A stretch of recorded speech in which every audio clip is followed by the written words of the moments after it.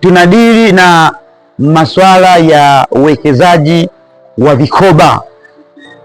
Nataka niwaambieni watu, unajua sisi wa Tanzania au watu, mfumo wetu hatuna uhakika wa kuweka hela wewe kama wewe.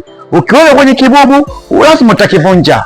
Kwa mwanaume una hela unaweka, unaweza kapita shorishori ukatoa hela ukaenda ukaribu haribu. Sasa kuwekeza kwenye vitu kama vikoba kwa mwaka mara moja au mara mbili au miezi sita, utapokuwa unaweka hela yako, hela inakuwa nyingi.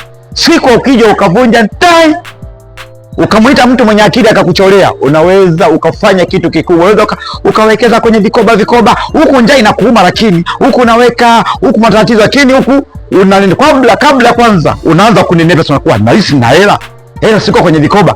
Siku kabla hujavunja kikoba chako unishaandaa, labda una lengo la bodaboda, unaenda kuvunja tu ile mkoba papo, unakimbia na milioni zako bodaboda hii hapa kwa ajili ya nini?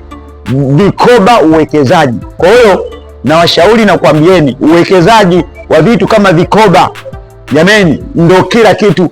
Mtanzania uwezi ukatunza hela wewe. Tuna mambo mengi, kuna vitu vitamu kwa sisi wanaume, kuna mambo ya jameni, tufanye hivyo vitu kama kuwekeza kwenye mambo ya vikoba, ni kufanya hivyo vitu ili baadaye ije tusaidie. Wakina mama wengi mnaona wana viwanja wamejenga, sio kwa ajili ya nini, ni vikoba.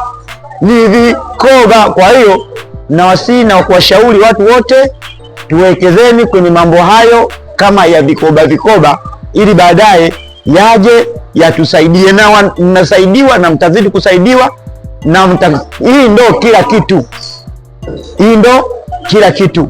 Na Mareche TV ndo TV bora online, iko sawa, ina kibali cha Mungu. Ukifuatilia utaenjoy. Ukitaka mimi nikakufollow Instagram na TikTok, kaifollow kwanza TV na Mareche TV, na mimi nitakufollow, na nitawasii watu wengi wa kufollow ili uendelee na maisha. Uwekezeni kwa masuala ya vikoba. Thank you baba.